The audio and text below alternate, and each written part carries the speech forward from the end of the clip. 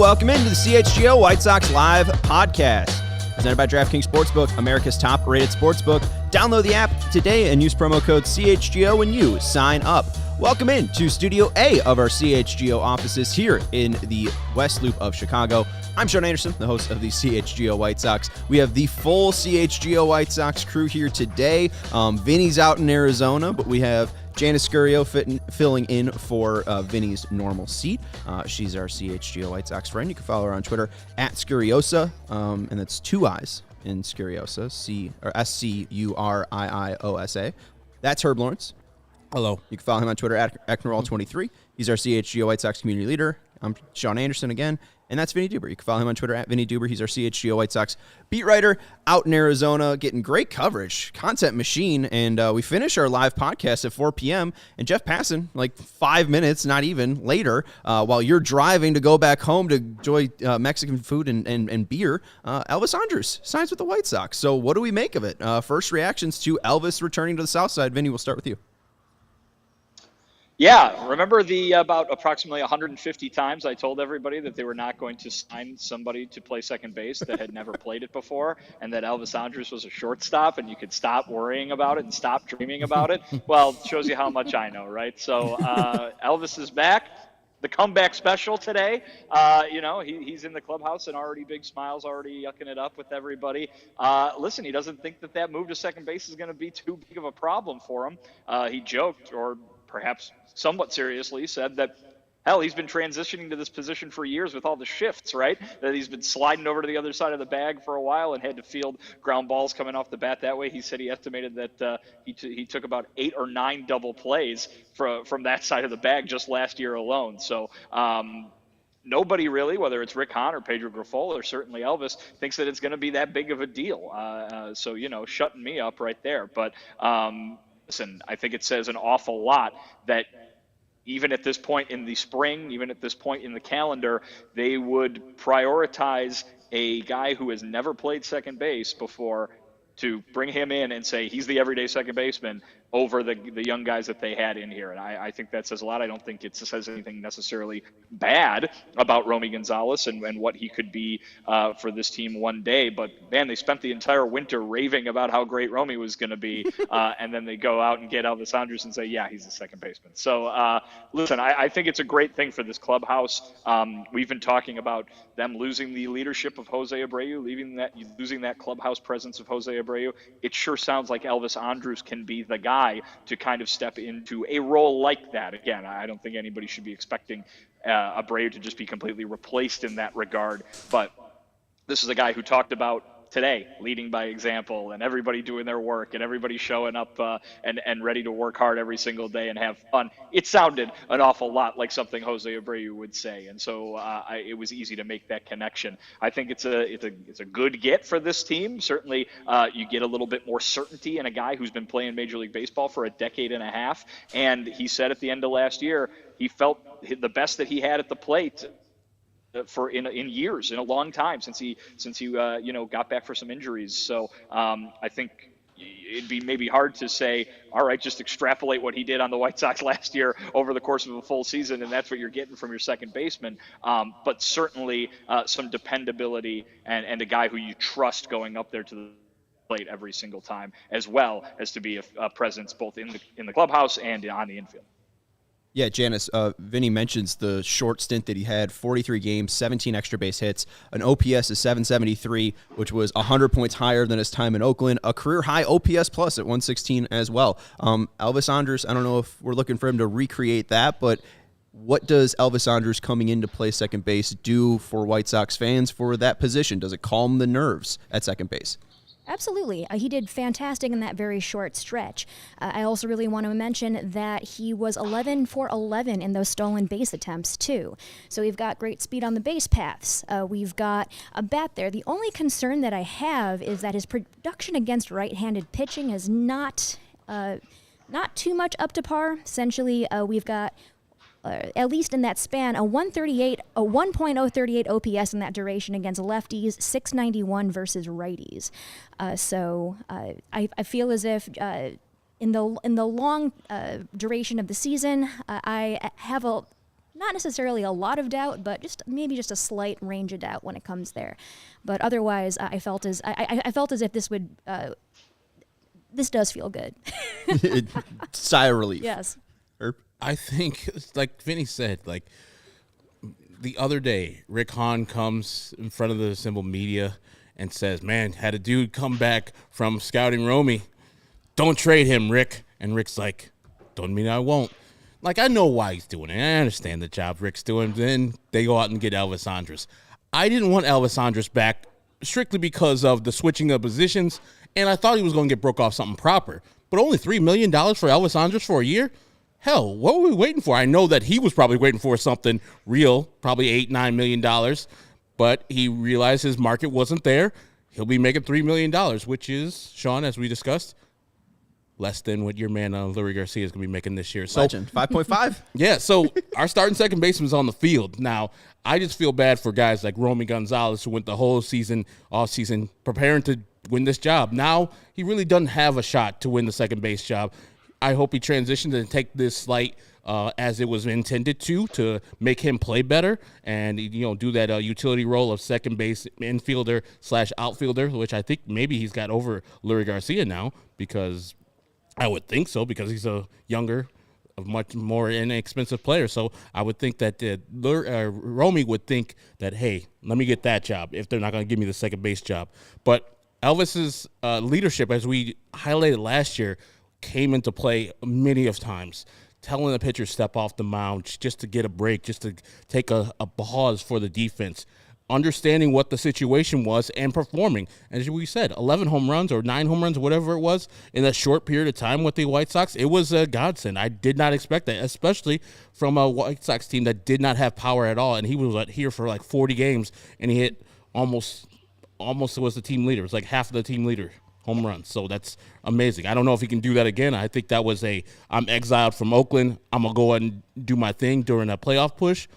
But full season, I think you're going to get what Elvis Andrus, a 34-year-old, is going to do. I think that's going to be a little bit better than what you would have got from Romy Gonzalez. Because, at base level, at foundation level, you're at least going to get a Major League Baseball player in Elvis Andrus. And if he does what he does last year, man, mercy. Extrapolates that out to 150, I think that's solid. And he's looking for another contract, too. Sorry, Janice. I'm sorry, Herb. I keep thinking you're finished. No, I talk that way. No worries. He did tie Andrew Vaughn for the team lead in home runs in 2022, if you count his tenure in Oakland. Because he had 8 in Oakland. He also had 8 extra base hits in guaranteed rate field alone, just pulling the ball. So that was just new. A competency was the word that I used to describe Elvis Andrus coming from Oakland. And it's just another competent player. Hopefully that transition to second base isn't too difficult. But Vinny, being down in Arizona, has access to Rick Hahn. Elvis Andrus, we'll hear from them now. First, Rick Hahn on Elvis Andrus, the signing, how it came together, and how Rick Hahn thinks that Elvis will transition to second base. We got the spinning wheel of death. Maybe we'll get. We are obviously very pleased to be able to bring Elvis Andrus back. I think everyone saw what he was capable of doing on the field over his stretch of time with us, which obviously was extremely productive. What I think many people who weren't close to the team may well have missed was the impact he had in our clubhouse. He is a tremendous role model for our young players. His work ethic, his professionalism, and the way he plays the game are all great benefits to that club, and will serve us well, not just between the lines, but as importantly in the clubhouse. So very happy to have him back, as was a alluded to last night, he is here with the expectation that he will very likely be the everyday second baseman. Obviously also provides us with a little bit of protection should we need him on the other side of the diamond. But initially, the fit is very clearly at second base. Questions? What makes you confident about his ability to play over there? He's been a shortstop for so long. Yeah, and look, at some point you do have to have a little bit of faith in a guy's athleticism and his work ethic. With the change in the shift rules, having someone with range and a strong arm and good instincts is going to be of added benefit in the middle infield, and we think Elvis profiles that way. Certainly going to be no doubt that he's going to put the work in to make himself as good as possible at that position, and look forward to getting started today. How did this kind of come together? Obviously, at the end of his year, you probably could have said Elvis could be a shortstop for his team somewhere, and now we're here in mid-February. It didn't necessarily happen quickly. Was it something that evolved over time? It evolved over time. There was interest from the start in bringing him back. He knew we wanted him. We knew, obviously, that TA was going to be the everyday shortstop, and that this was his first opportunity in his career to test free agency, and he wanted to see what was available to him. Ultimately, he had options to go elsewhere, which he can delve into if he wishes. But I think he felt very comfortable here and liked the idea of playing with this group and playing for a team with very high expectations. Sorry, I didn't mean to interrupt. Right. What does it mean to have him here, have that second base question answered right when they start full squad? Well, it's good. It might have been a little more satisfying publicly if this was resolved on November 15th. But as I've said throughout the offseason, it's a matter of getting these guys here before opening day, and it's certainly having them here, a guy learning a new position, and you want to have working with TA on the exchange as much as possible before Tim leaves for the WBC. Having him here on the first day of workouts, I think, was a good deadline to set and a good one to have been able to follow through on. I don't want to lose sight of the fact that we still think, and I expect we'll continue to think very highly of Romy Gonzalez, as well as Lennon Sosa. I'm very confident that Romy is going to help us win ball games in Chicago in some capacity over the course of this season. Sosa being a little bit younger and a little bit less far along in his development.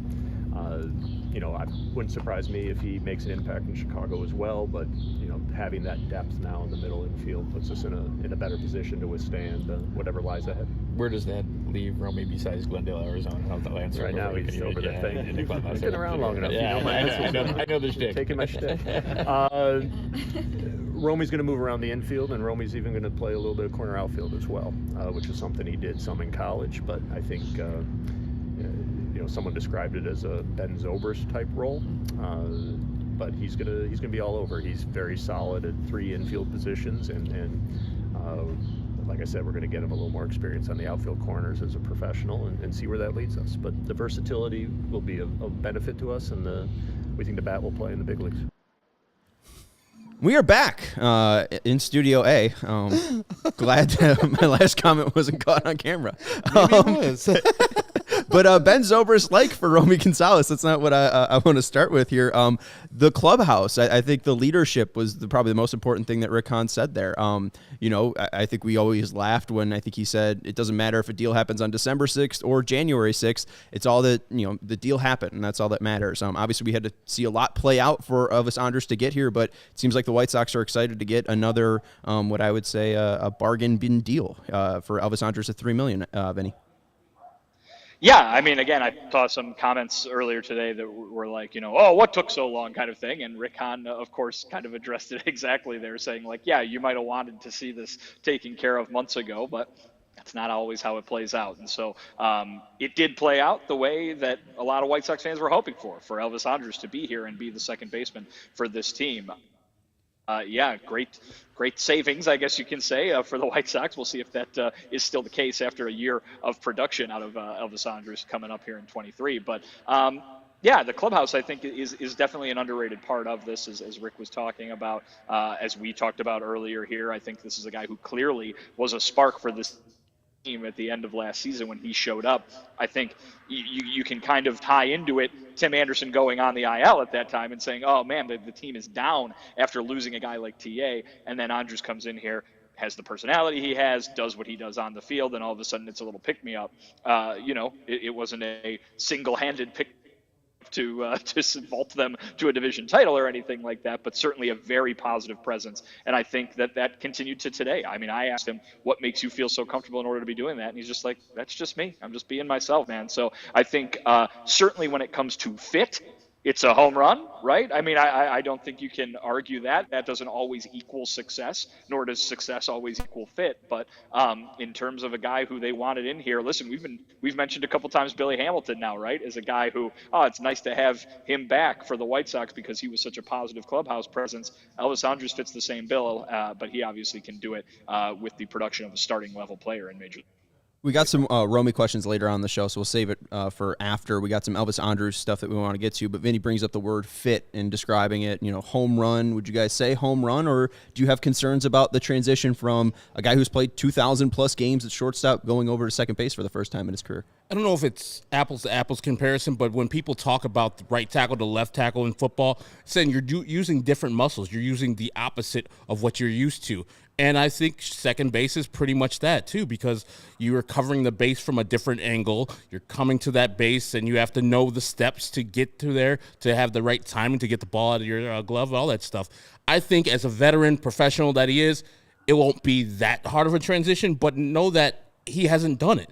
So it will be a couple times of some growing pains for him. And remember, Tim's going to miss a decent amount of camp going to the WBC, so that chemistry, they got to figure it out right now in the backfields during practice when Tim's there. So I have a little bit concerned, but not too much, because I think Elvis is a veteran. I would have loved for them to sign a person that has played second base at a major league level before free agency. But if this is the signing, this is the kind of thing I've been asking for. Either get a veteran right fielder or get a veteran second baseman, and not have two first-year or rookie players having to depend on each other or having to come up and play baseball very well immediately, like Oscar Colas has to do, and that would have been fallen on Romy Gonzalez. Now you have a veteran there. You don't worry too much about Elvis Andrus and the production.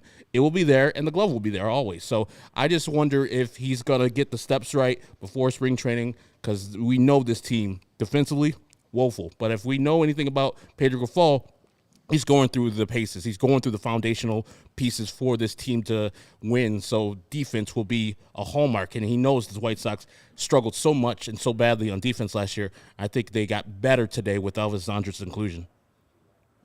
We have yet another player playing out of position. I'm joking, half joking. I know he's going to be fine at second. I know he's expressed last season that he was willing to jump into the second base role then, too. Like Herb said, he's a professional. I have no doubt that he can jump into the second base role perfectly seamlessly. I think it's going to be otherwise fine. He's going to do what he was brought on to do. Like Herb said, the glove is going to be there. The bat's going to be there. But also, too, I feel as if once they work stuff out in spring training, looking forward in the future, we're definitely banking on Tim Anderson also staying healthy as well, just to have that double play combo, I think. And also, too, in the lineup as well, having Tim's bat as well as Elvis's bat simultaneously. That's very exciting to me. So, I mean, I love a good clubhouse signing. I love a good vibe signing. I think we all agree there. So yeah. Thumbs up on vibes. Yeah. Indeed. Once we go to the video, check out my man Elvis's dude. My man's waves is sickening. If you guys have a seasickness, do not watch the video, because those waves are going to make you throw up. My man is out here. Wave cap is on fire. All right, well, let's get into the wave cap, and let's get into Elvis Andrus, talking about the transition to second base and what it might mean switching to the other side of the diamond in 2023. What did you like about being with these guys that made you happy to come back? I love it, man. I spread the interest, last year towards the end. Saw myself, really playing back for a full year. I think that the joy that I have for a month, I want to be able to, stretch that feeling for 6 or, close to 7, 8 months. So, I think it was an easy decision, towards the end for me to come back. Rick said you had options out there. What was so appealing to come back here, even though it might involve switching positions? Yeah, and I think the main thing for me, at this point in my career, I want to win. And, compete, and I know this team is set to do that and, to win the division. That's our, first goal for the team. So I think that, being able to play here last season, get to know the guys, kind of put a lot of weight, towards my decision. What's you played at such a high level of short for so long? What's second base going to be like? And is there a different responsibility now there with the shift rules changing for this season for baseball? Yeah, no, and thank God. I think that I like it. When baseball is kind of going back to what it used to be. But yeah, playing seconds, I don't think it's going to be such a big challenge for me. I think it's just, just putting the work, trying to get the ABC of playing second is pretty much the same, but kind of different angles for a few plays. But, I like it so far. I was able to practice a little bit in the offseason at home, playing some feed and kind of working on the angle. So, we have a tremendous team and coaching staff here that I can, just keep working and put in the reps. Isn't the toughest thing about switching over the side, that side of the diamond is the ball comes off the bat differently? Is that kind of like one of the things you really have to work on is seeing the ball come off the bat that way compared to what you see at shortstop? Well, I was really, a lot of people ask me that, and I'll say that I was really lucky, actually. I think the transition for me to play second is kind of easier because the last 3-4 years, with all the shift, I've been playing a lot second base. Yeah. Last year I did like 8 to 9 double play from second, so I was like, you know what, at some reason, I kind of through the last 3 to 4 years, I was making that transition to second. So I think that really helps me understand more, angles. But for me, it's more like the double plays. I think that's the play that, I'm kind of working on and continue to work on so I can make it a routine for me. But I think that's the only thing, because I'm not throwing, it's not in front of me throws. It's pretty much I have to turn myself. So, but I don't think it's going to be that, that hard. Well, yeah, hey, I know what you're talking about, and Elvis just representing his name and, keeping up great hair. I mean, that's slick. Not Jermaine Jackson like KPW said. And cheesing, too. My man is happy to be back with the White Sox, and that's a good thing. After all the drama that the White Sox and fans have gone through this offseason, feels good to have somebody who's just like, man, it's good to be back here. You heard the signing yesterday, and he's at camp today. Right. Usually you give a couple days, but that man wanted to get to Arizona, wanted to get back with these guys, and wanted to have the feeling. He said it right there. It's like, I had it for a couple months. I want to have it for 6, 7, 8 months this year. And I feel like this guy could bring the energy and bring the professionalism this team needs to get him over the top. Well, and Vinny, I just remember you telling us last year that part of the reason why Elvis might be smiling so much is because he talked about this being the most talented team he's ever played on. Jose Abreu leaves, talent gets a little bit worse, but still, most of the players are still there. Did he repeat any of that same stuff? Does it just seem like he's really energized and likes this clubhouse and likes the vibe? Yes is the answer. He does like this clubhouse. Okay. He does like the vibe. But I think, when you talk about talent, he brought it up today. And, yeah, he thinks this team is really talented. But he also said that thing that I think White Sox fans want to hear, which is, well, okay, talent, sure, but talent doesn't mean winning. Talent, you have to put it all together and work hard and a lot of that Abreu-esque stuff that I was talking about earlier. So I think that that's really kind of been the message from a lot of folks here at Sox Spring Training is like, yeah, this team can still do a lot, but it's got to do it, right? And so I think that really Elvis Andrus is delivering the exact message that a lot of White Sox fans want to hear, which is, oh yeah, this team's still very, very good, but let's see when it shows up in the win column first. Yeah, and Elvis Andrus, I mean, he helped them win. I mean, you talked about possibly a 2020 season last year. We saw just kind of skyrocketing that team took towards late August to mid-September, and Elvis Andrus was a large leader for that team. I don't know if this signing is going to necessarily equate to wins, but just kind of raising the level. You look at the White Sox over the past 2 years, defensively, negative 24 and outs above average, and you talked a little bit about people playing out of positions, but if Elvis Andrus is the only one playing out of position, I think the defense might be fine this year. I think that this win or this signing not only is just going to give you an average bat. We've seen him have a little bit above average seasons, a little bit below average seasons, but it's also going to give you an average fielder, and this team might be average at fielding, which would be a huge, sign of progress. Definitely. I will take a veteran playing out of position than a rookie playing out of position for sure, just mainly because the adjustments are definitely going to be there. The historical context is going to be there. The guidance, I'm sure, is going to be there as well. So, I'm surprisingly not worried which is a funny thing to say as someone who follows this team. But I know earlier I said that I was slightly concerned about his production at bat, at least for the duration of the entire season. But otherwise, yeah, while the video was playing, we were talking about a 2020 season. A couple of the comments have also mentioned that it would be nice for him to hit 20 bombs, and I think he could probably steal 20 bases too. I know it's a little bold, but why not?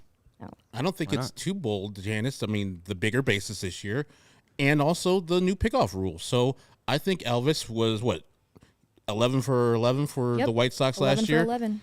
And with the new rules in place, fresh legs pretty much, I think he can steal 20 bags. I think he could steal 20 bags before he could hit 20 home runs at this point of his career. Let's say that. 18 stolen bags in 2022, 12 in 2021, and then 2019, 31.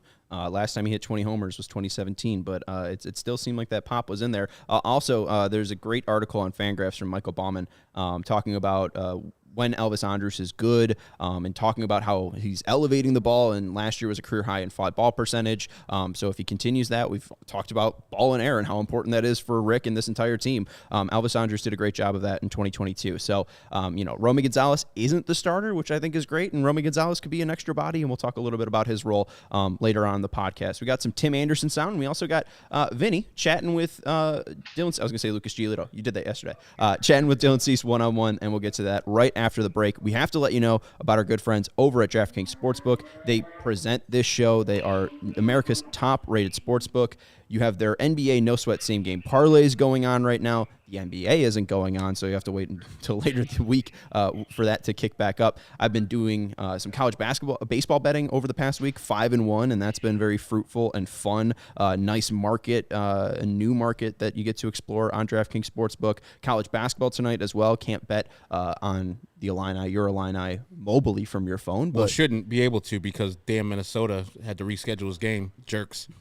We had a nice Tuesday, Saturday thing going. Now they some bitches mess it up. Just to be able to win. But it's been fantastic to be able to explore all the fun sports and markets for DraftKings Sportsbook. So download the app now and sign up with code CHGO. New customers can bet $5 and get $200 in bonus bets instantly. Only at DraftKings Sportsbook, an official sports betting partner of the NBA. With code CHGO, minimum age and eligibility restrictions apply. See show notes for details. Also have to let you know about Game Time. If you are looking to head out to a game, whether it be Blackhawks, Bulls, or White Sox or Cubs later on this season, Game Time is the hottest new ticketing site that makes it easier than ever to score the best deals on tickets to sports, concerts, and shows. If you ever dreamed of sitting in a seat you never thought you could, whether it be at the 50-yard line, courtside, behind home plate, floor seats at a concert, it is possible with the Game Time app. The biggest last-minute price drops can be found on the seats you never thought you could buy. Maybe you're looking for August 9th at Wrigley Field for Bruce Springsteen. Wait until day of and buy them on Game Time. You'll find big price drops for people who are just trying to get rid of their tickets. It's created by the fans, for the fans, and they guarantee the lowest price. And if you find a better price somewhere else, they'll match it 110%. They have fantastic customer support. And if you love CHGO, then you'll love Game Time. The best way to support us is by buying your tickets to the link in the description. Join over 15 million people who have downloaded the Game Time app and score the best seats to all your favorite events. We do have a super chat from our guy Baseball Tossed. Thank you very much. By Leury, and any thoughts on Colas in spring? Batters just arrived today, so I think it's real early to have first impressions on Oscar Colas, maybe. But Leury, is he staying on the team? You guys have any? Yes. Yeah, I don't. Has to. He's making more. He's literally making more money than Elvis Andrus. Leury's making $5+ million. Elvis is only making $3 million. He's on the team. No one's trading for him. He's not getting DFA'd. That'll be $11 million going to Leury Garcia, and that's not happening, friends. So he's on the team, and he does have value, as we talked about, if he's put in his right position. This is the right position where you're not depending on Leury Garcia. He comes off the bench, gives Tim a spell, gives Andrus a spell, gives a right fielder a spell every once in a while, and he does what he does. Fine major league level baseball. But if you play him too much, he gets exposed, and people start hating him. It's not Leury's fault that they gave him the money. He just accepted it gracefully. Don't hate on Leury too much. We're also 2 injuries away from seeing Leury Garcia start every day. So I don't think he's going anywhere. But like Herb said, basically when Leury got his contract, that is the role I wanted him to be in, where he's just the guy that just fills in when needed, is here to play a spell now and then, but definitely not in a starting role every day. That is no. Yeah, no. I would, I made my opinions known about him and Tony La Russa starting him every single day last year. I don't need that for my health. But Romy also has 2 MLB minor league options still left. So, it doesn't mean that Romy Gonzalez is going to be DFA'd or cut. Seems like he might be joining Lenny Sosa in Charlotte at the worst, but he also might scout is pissed. Be able to make the team. That scout. It was a baseball player, right? It was an actual player who was training with Romy in Miami, and then went to Rick and said, "Don't trade that guy." You asking me? Yeah, it was. Rick said it was a player on the White Sox. Went down to Miami for a bit and saw, worked out down there and saw Romy and came back and said, "Hey, don't trade that guy." But yeah, I mean, there were comments today from Pedro Grifol on Leury Garcia, on Romy Gonzalez. I asked Pedro, Elvis is here now. What chances does Romy have to kind of make this roster? And Pedro said the utility spot's open. There's an open spot for the utility spot. And, of course, the natural follow-up was, well, what does that mean for Leury Garcia? Does he have to win a job on this roster? And Pedro said, everybody's competing. There's competition right now. He said Leury's he complimented Leury as being a talented player, but said that, aside from the quote-unquote main guys, really everybody's competing for a roster spot right now. So I could see where that would raise some eyebrows, back in Chicago. I think the contract situation probably is the easiest explanation for how this is going to play out. But they really do like Romy Gonzalez, and now they're going to add some corner outfield to his infielding to make him a Ben Zobrist type, as Rick Hahn was saying earlier today. So, maybe Romy Gonzalez becomes the guy who can play all of those positions that Leury Garcia can play, and maybe there is some sort of competition. That being said, there is that standing matter of Leury being owed $11 million over the next 2 years. So yeah, that's a big if. We do have 2 super chats I want to get to, and then one of our first Mailbag Monday questions from Other Sean. First from our guy Ellie Stein. Finally. Being able to pronounce his name right. Glad he was able to clear that up in the Die Hard Happy Hour. Thank you for the super chat and the support from Israel. We appreciate that. And then our guy Stefan Bardo saying, breath of fresh air podcast today. No dark cloud, but there's a lot going on with the White Sox. I could still talk about the dark cloud if you bring it up. And then Baseball Toss saying, do you expect any more moves and another pitcher? We're going to talk more about that tomorrow. We appreciate that. I assume that they're going to keep adding. This was, as Rick said, it seemed kind of deadline based. They wanted to get him into camp so he could work with Tim. They had specific stuff before he goes to the World Baseball Classic. So I think that's, was just really pressing for them to get him into camp. I don't know if they're going to rush any more deals, and it doesn't sound like this was rushed. But let's go to the other Sean.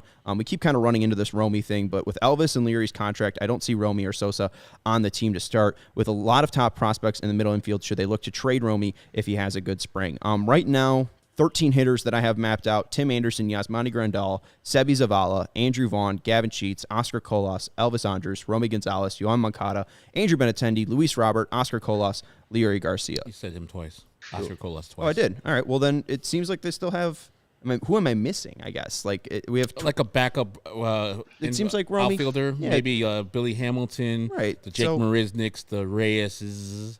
Those type of guys. But I think... Eloy Jimenez. Okay. Maybe you missed him? Yeah, all right, that's 13 there. But yeah, him? That's the thing. So really that Romy spot could be Romy, Billy Hamilton, Victor Reyes. It really just depends on spring training at this point, right? Right, Vinny? They're talking up Romy, but it's only day one. Yeah, I would tend to think that you would want like that defensive-minded fourth outfielder kind of thing, because Gavin Sheets is taking up a roster spot as a left-handed bat off the bench, perhaps. I think certainly when you're asking, should they trade Romy? Well, they don't need to trade Romy. Romy is able to go down to the minor leagues. They don't just trade him to get rid of him. If there's another need that comes up that they can fill by doing that, then that's an entirely different conversation. But I think right now when you're talking about a roster crunch, he's a guy that can just go down to the minor leagues if need be. That being said, he's been getting rave reviews. He was in the hype video to buy season tickets. This guy has been kind of a featured player here over the course of the offseason, and you still have those positive reviews coming from Rick and Pedro today. So, maybe there's a world in which he forces himself onto this roster. But yeah, I would think that as currently constructed, Leury Garcia would appear to be the team's quote-unquote backup infielder. You've got Gavin Sheets, you've got Sebi Zavala filling their own specific roles, and then you would probably look for an additional outfielder to give guys days off in the outfield and be used, as defensive replacements as need be, even though that outfield, if it does pan out to be Benintendi, Robert, and Colas, should be well improved defensively. But it does seem, Herb, that trio of guys that you mentioned there, Hamilton, Marisnik, Reyes, and Hamilton really jumps out to me just because, okay, even if you don't need him often in the outfield, even if you don't care what you don't need him to hit very often because your offense is playing the way it's supposed to be playing, well, he still has that weapon that you can use, very effectively in his base running ability. I mean, just think about this right now. Tie game, 9th inning, Eloy Jimenez doubles, put Billy Hamilton in. You basically win the game, right? So, I mean, I think that is a situation in which he would benefit this team greatly, but there's a lot of spring left. There's a ton of stuff that these guys can show. And so I think that Pedro and Rick and everybody in that White Sox brain trust are going to take their time in deciding where everybody ends up. To briefly expand upon that point, remember, he was on that Royals team, well, not Pedro was on that Royals team, who won a World Series, with people like, Terrence Gore, stealing bases late, Gerard Dyson, stealing bases late, getting the extra run that they needed. Billy would be a perfect person in that scenario, as Vinny just pointed out, and familiarity with Pedro Grifol and what is expected. So I think he has the leg up on the competition right now, but I wouldn't be too surprised if Jake Marisnik shows himself, because he was a Major League Baseball player who was a starter a couple years ago. He has fallen off the table. He still has speed, has plus defense. I think that he will give him a run for his money, but I think Billy has the inside edge. I think just Romy probably has the inside edge. It seems like they like him a lot. 18th round pick.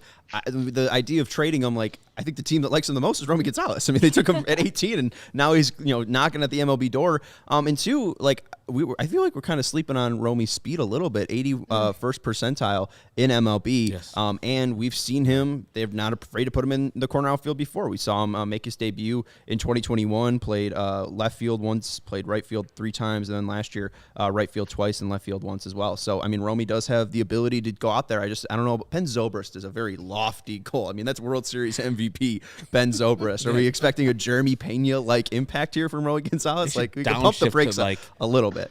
Like Jose Akendo or Jeff Keppinger, Super Joe McEwing, type of guys. You're talking about an all-star MVP of the World Series with Ben Zobrist. Yeah, perhaps we should let Romy Gonzalez be Romy Gonzalez first. Yes. What does that look like? We'll see. And I think he'll get a decent amount of playing time, especially in spring training. Vinny, you had a special little treat. You got to talk to Dylan Cease here. We do want to let people know we tried to get all of the wind knocked down as much as we could. There still is wind, but that's what we get for recording out in the elements. Hey, it's live from the park, as you can see, where Vinny's got the park behind him. So, Vinny, you got to chat with Dylan Cease. Do you want to go to it right away, or you got a little setup? I mean, what was the angle here with Dylan? Just what's the spring training looking like for 2023 after a great 2022? Yeah, I mean, I think just the general idea here moving forward with Dylan Cease is that we're hearing from everybody, be it Grandal or Katz or even Dylan himself. It's, guess what? He can be better than he was last year. Yeah, sure, he was finished second in the Cy Young vote. Sure, he was one of the best pitchers in baseball, and there's more. And I think that is kind of, it's not shocking. He's still a young guy, obviously, and had room to improve. We bring up the walk total in our interview here, but basically the headline for Dylan is all right, he's going to go out and do even better than that. Everybody seems to think so. So you can go ahead and roll tape on that one.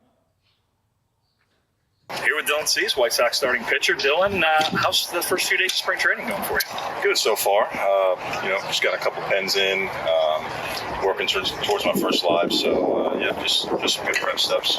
What do you kind of sense from this team? We've heard a lot of prove it comments, that kind of mentality kind of going around the clubhouse. Do you sense that everybody's kind of sharing that together? Yeah, I think so. I mean, we've been really focused. It's the camp, everyone hasn't started yet, so obviously there's still that kind of to add in there. It's only just the pitchers and catchers are now officially, so we've been super focused. So I'm excited to see what it's going to look like when everyone's here. You got a new manager here running things this year. What has the Pedro Grafal experience been like for a few days? Yeah, so far it's super organized. Good, just good. There's a good, solid plan for everything, so far good communication, good organization, which I value very much. You talked to the group the other day. You talked about wanting to be even better. Last year was pretty good. That'd be maybe hard to top for a lot of folks. But what are you looking to improve on as you head into 23? Yeah, I think a big thing is fastball come in, not walking so many guys. It's just makes it harder on myself when I walk people on and I got to pitch through, people on base. So, throwing more strikes consistently, getting my changeup a little more usable. But yeah, other than that, just really just making sure I'm focused every day with what I'm doing. Obviously, you take a look at that stat line, and you can tell that walks is probably an area that you'd be addressing. How do you do it? How do you cut down on the walks, and what sort of work do you do in the offseason and in spring training to make that happen? Yeah, I think a big thing is just having that next level of focus with what I'm doing. Really, as simple as it sounds, hey, keep my eye on the target the entire time. Little things like that where over a course of 162 games, there can be times where maybe the focus isn't as great as it could be. With Major League Baseball, there's a lot going on, So for me, it's just having that next level of focus and commitment to doing it. I know I can do it, so it's just doing it more consistently. When you look at this starting rotation, you got yourself, Lance, Lucas, Michael. How excited are you guys to kind of be able to maybe power this team a little bit as you move forward into the season? Yeah, it's very exciting. It's a lot of fun to watch our bullpens in our lives. I think hopefully we want to bring some stability and some consistency to the team. We got some workhorses, some alpha dogs out there, so it's a lot of fun to watch. We've seen you guys working with Ethan Katz on a daily basis, obviously. What are you guys doing? What is it like working with Ethan every day and having him kind of right next to you throughout the whole process? Yeah, it's great. It really it takes the thinking out of a lot of things. He's sort of a couple steps ahead, so he'll be able to sit you down, walk you through a good plan of kind of what to expect, what needs to be done, what areas need to be improved right now. And I think he does a good job of cutting it down to sizable bits to kind of help progress. And then, before you know it, it's like everything's clicking and ready to go. Coming off of last year, the disappointment in terms of not being able to meet your guys' goals, what do you go into this year with as a team in terms of the expectations? What do you guys look at as what you guys can accomplish, and maybe how do you look at it a little differently after the experience last year? Yeah, I think we expect a lot of ourselves. Right now I think we have the mindset of just what are we doing the next week, the next couple of days, even just what are we doing today, and a little bit less of looking too far down the road. I think there's going to be a lot more focus and emphasis on just what we have to do on a daily basis, which I think will lead to results without having to really focus on the results. When I'm going to ask you about teammates. Okay. The first thing that comes to your mind, all right? Okay. Lucas Giolito. Funny. How so? He just has, he just cracks me up. Michael Kopech. Fighter. Yeah? Why is that? He just has that energy, man. He's that's what I like about him. He doesn't back down. He's and I mean this in the best way possible. That's what you want out there. You want somebody that's willing to fight. Michael's a fighter. Lance. Pitches with his cojones. I don't think you need to explain that one. Tim Anderson. Swag. Yeah? Yeah, he's got swag. How do you explain that? He's just confident, man. He's the type of guy that in big moments he rises to the occasion, and that's a skill and a trait that you can't really teach. Luis Robert Jr.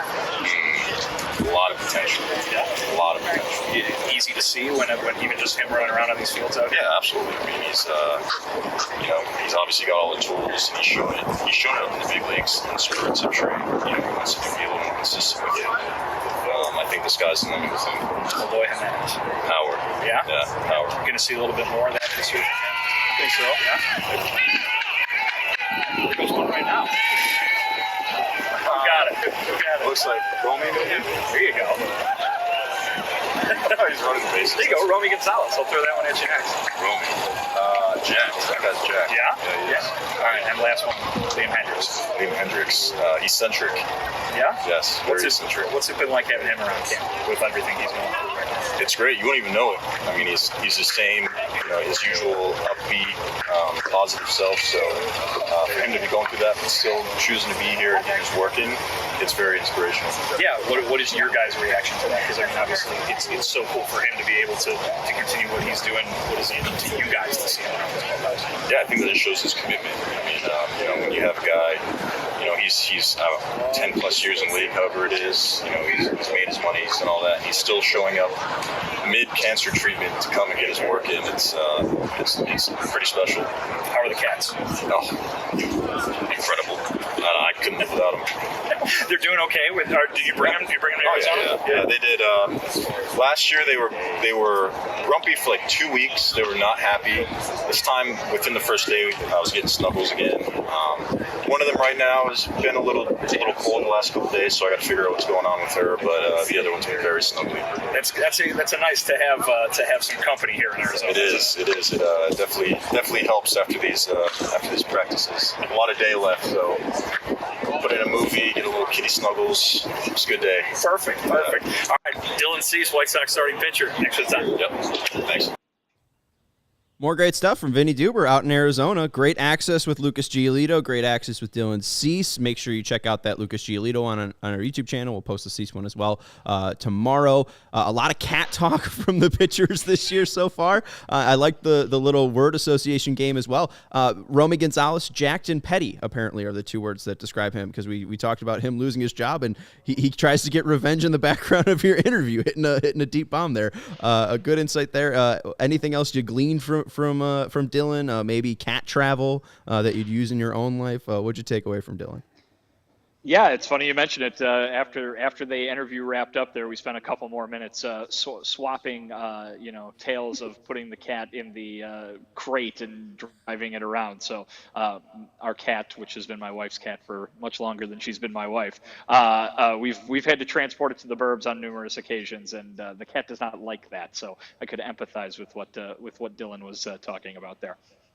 And Janice, I know you were excited about Juice and Louie getting a mention for Lucas yesterday. Yeah, absolutely. Anytime when I hear about athletes' animals, I get very excited. And I know, having watched Lucas Giolito's Twitch streams before, Juice and Louie were two very central characters during his stream. So anytime I get updates on them, I am very happy. So thank you for doing that. Absolutely.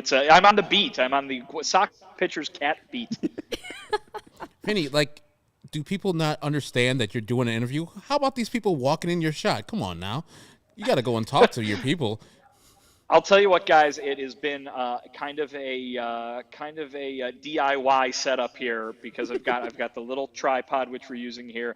And obviously, as you know, Lucas Giolito especially, but myself, Dylan Cease, we're tall guys. So we can't, you can't just pop it. You can't just pop it down on a chair or something like that. So I've been wrapping the tripod around a tree to do these interviews, to give you a little bit of a look behind the camera, literally. And it is perhaps not the most common sight to folks, so perhaps they don't even know can't even tell exactly. Me and Dylan just talking to a tree might not be something that warrants, taking a wide berth. But it's been all right. Yeah, listen, guys, spring training, there's a lot going on.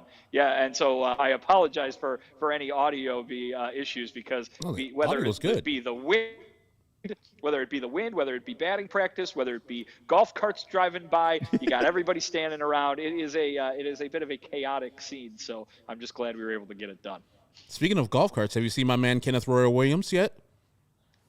Yeah, all the big muckety mucks over here at the White Sox are zipping around in golf carts as they do every spring. So they've got their eyes on everything that's happening, and they need to be able to move from one field to another rather quickly. So they get a little golf cart. Yeah, I don't know what we'd use a golf cart here at CHGO for, but I'd love one. We'd find a way. Yeah, right? Yeah, quick runs. Yeah, we're creative. Yeah. We can have a lot of fun with it. If you want to steal a golf cart, feel free to bring one back. They seem to have a lot of them. Anyone listening would like to donate a golf cart to us at CHGO. like paint it too. Like that could be a project, you know. We could take it down to the garage and trick it out and put the goose on it. And put the goose on it. There you go, Herb. You're the idea man. We appreciate that though. And JJ saying Vinny putting up wilt numbers at spring training, killing it with the content so far. Doing great. We got some more insight into the locker room as well. We got TA, and then we'll jump into our diehard questions here. But the big question with spring training is Jose Abreu's gone. So what does leadership look like at spring training in 2023? Here's TA on leadership without Pito. What's it like not having Pito in this clubhouse? He contributes so much and brought so much energy. We're definitely going to miss him, but we're not going to dwell on him. We open up with him, so we'll see him. And, it's still love, but we got to push towards our goals as well. How difficult will it be to, obviously not replace him, but kind of make up for what you lose with his clubhouse leadership and, all the stuff that he brought both on and off? We're going to miss all of that. But, it's a business. It's a business, so we got to continue to keep rolling. We're not going to sit here and talk about Pito all day. We love Pito, we know that. But we're not going to definitely just continue to keep talking about him because he's... I'm sorry, how do you view yourself in terms of leadership? I think you guys have seen, what I'm capable of.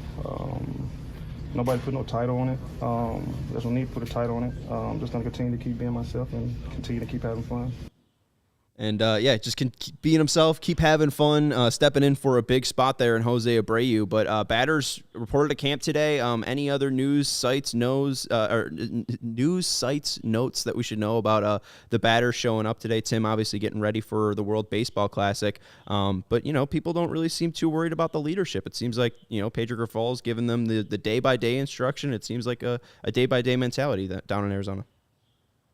Yeah, as I have discussed in the past too, I think, obviously this team always, even when Jose Abreu was here, had more than one leader, and Tim Anderson was one of those. Certainly Lance Lynn is a big example of that, and I think people have already brought up Elvis Andrus as a guy who, because of that veteran status, because he's been around, and then because of his personality, is somebody who fits that category as well.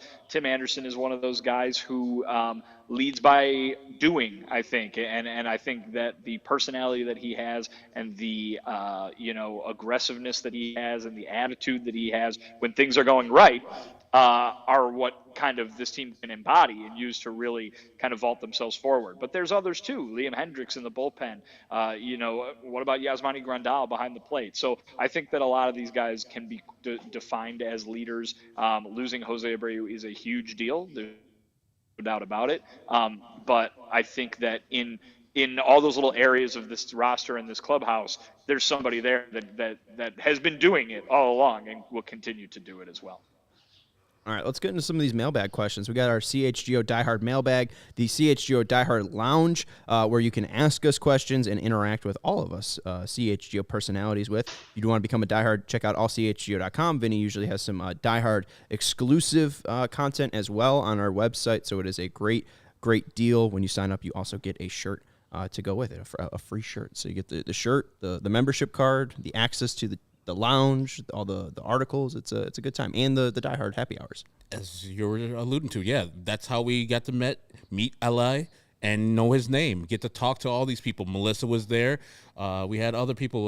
One of the people who was asking a question right now today was in the happy hour. So become a diehard today. And Baseball Tossed, I'll send you an email of how you become a member of the Discord. I believe you are already a member of our diehard system. So I just walk you through to become a Discord member. But let's go to one of our guys, Stephen Gottritt, who we were able to talk to during that happy hour. Which minor league player do you think will have a breakout spring training? Vinny, since you're there, we'll go to you first. Any names popping up that people might not be used to yet for White Sox fans? Yeah, I don't know if it's somebody that no one's used to. I think this is a pretty big deal because he was the first round pick last year. But we've seen Noah Schultz walking around Camelback Ranch, and that guy's really tall. That guy is really tall, and I think that there's obviously a reason that he's already pretty highly rated on some of those prospect lists for this organization. I don't know how much you'll get to see, if any, of him this year, given that he's on the minor league side. Those guys don't always show up in those Cactus League games. But if you're looking for somebody who can turn height into an advantage, he would be one of them because he's got a lot of it. Yeah, no, truly. I mean, poor Noah Schultz, because just the two pictures that I've seen from him is just Daryl and Scott Merkin being like, look at him, he's tall. And it's just like him walking like he's Bigfoot, like hunched over, like just like, you know, in a stance like this. Like Noah Schultz can't get anything besides he's tall. Joe Kelly talks about how he should be in spring training, how good his stuff is. But no, it's Noah Schultz is tall, everyone. Now, how tall is he? Because Lucas Giolito has held the title as the resident tall guy for so long. 6'9". Ooh, oh my. Yeah. He's huge. Lucas is 6'6", so I think he beats him out by a couple inches there. But Crochet, is Crochet not the tallest? Who's the tallest in the locker room, Vinny? Crochet is really tall too. The thing with both Lucas and Garrett is that they've filled out a bit, right? So not only they're tall, they're big, right? But Noah is a younger kid, obviously. He is still kind of beanpole status, and so his height jumps out at you because it doesn't have necessarily the muscle of a pro athlete to go along with it quite yet. I'm sure he'll get there at some point.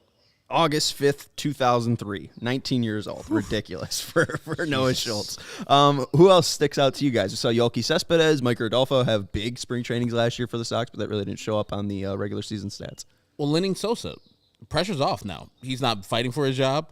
And also we've seen his progression of power. Like last year, the 23 home runs he hit between the two levels was an eye-opener. I think he's going to continue in that track. The light Arizona air, getting an invitation there, I think he will do well.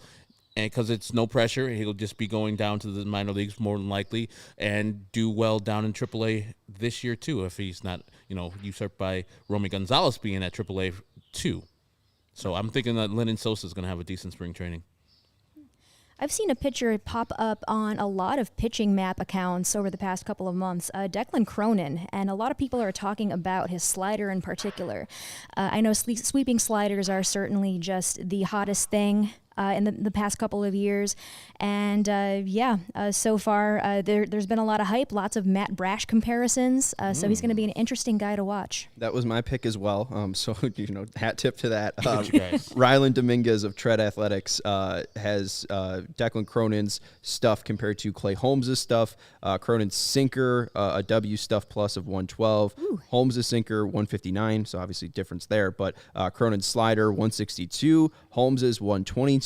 Cronin's curveball, 164. Holmes, 142. So just seems like an ultra stuff guy. And we've seen this multiple times with the Sox drafting in the past. This just seems like the type of guy that they like, bringing to mind the kid Tanner McDougal, who's got 3,000 RPMs, Peyton Paulette as well, who they just drafted. They really like the spinny stuff. If you throw spinny shit, you're going to be on the White Sox. Kyle Crick reminiscent of that last year, and I still miss him. Matthew Lucas, yes. Every single year that you're a diehard, you re-sign, you get a free T-shirt. So yes, you sign up right now, free T-shirt. And if you didn't get the code, it should be emailed with you once you signed up. If you didn't, you can email merch@allchgo.com. So if you are a diehard and you're looking for the shirt and you never got the free shirt, it's just you gotta use the code on the website. It's not like you're not waiting for a shirt. You can go pick out whatever shirt you like on allchgo.com, and we'll have the code for you. But if you don't have a code, reach out to Herbert or I on Twitter, at Eckenroll23, at Sean_W_Anderson, or reach out to merch@allchgo.com, and we'll get you all set up and squared away. But yeah, Declan Cronin. Declan Cronin. I thought you guys just making up names. Our pick. We might be. Let's go to the next one from our guy, Ian Robo. I presume Andrus will be batting 8 most of the time. Colas 9th. Is that as strong as it looks? Let's look at the presumed lineup that I put together. Feel free to jump in with any thoughts you have on how it may look or whatever. But Tim Anderson batting leadoff at shortstop. Benintendi batting second in left field. Batting third, Aloy at DH. Batting fourth, Grandal at catcher. Batting fifth, Robert Jr. at center field. Batting sixth, Vaughn at first base. Batting seventh, Moncada at third base. Batting eighth, Andrus at second, and batting ninth, Oscar Colas in right field. Any adjustments you'd make, and does that look as strong on paper as Ian thinks it does? I'm adjusting Grandal to going like 6th or 7th and putting up Jimenez and Robert back-to-back, and then Vaughn, like just moving that up. So just put where Grandal's at, put Moncada, just move them up and put Grandal at the 7th spot. So everything else, except for maybe Andrus being the second leadoff hitter. I know Tony's gone, but the second leadoff hitter of Andrus and then Colas. Real quick, and Baseball Toss asking Robert after Yaz, this isn't based off who's the best hitter. There's just no lefties. So and Grandal's being hyped up at camp, saying that he's healthy, feeling all right. So I just think, especially with his ability to walk, I think that Definitely. They put him at 4, but I could be wrong on that. Grandal was actually my pick for AL Comeback Player of the Year when I talked to Pitcher List a few weeks ago. So if he rediscovers that power, heck, if he even gets on base, I definitely agree with Grandal on the 4 spot there, assuming that he's going to return back to his 2021 form. I might switch Andrus and Colas around. I know just how great Andrus was in the leadoff spot last year. But otherwise, I think this is a solid lineup. Yeah, well, and as Tony told us, 9th is the second leadoff Exactly. spot, so maybe he'll feel comfortable. Vinny, what do you make of the lineup? Anything to glean from camp, either Pedro or Rick Hahn talking about lineup construction or how that might look? I know it's early.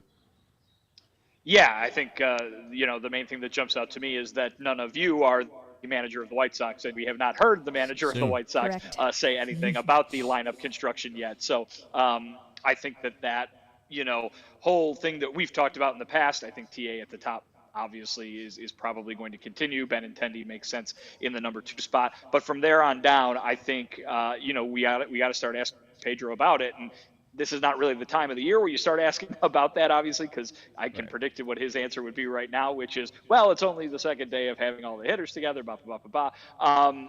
But he will be asked of that, obviously, and especially once we get closer to the start of games, which is Saturday. I don't know what he plans, if he plans to have his full starting 9 out there ready to go for the first Cactus League game, or if it's going to be just kind of a mix and match as we go through spring training, as we've seen in the past, just kind of based on who's ready what day.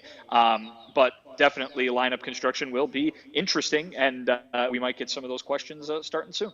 Right, yeah. If Yohan Moncada or Yasmani Grandal hit 5 or 6 or 7 home runs in spring training, I think that'll make it pretty clear on where those guys will bat in the lineup. Let's go to the final one. This is from Who's Your Daddy. Going back to giving out personal grades for the White Sox offseason, does the Andrus signing move the needle to a different grade for you guys? So if you guys want to say your offseason grade before the Andrus signing and then now post Andrus signing, Vinny, we'll start with you in Arizona. Grading it out. I know we've talked about I'll let you.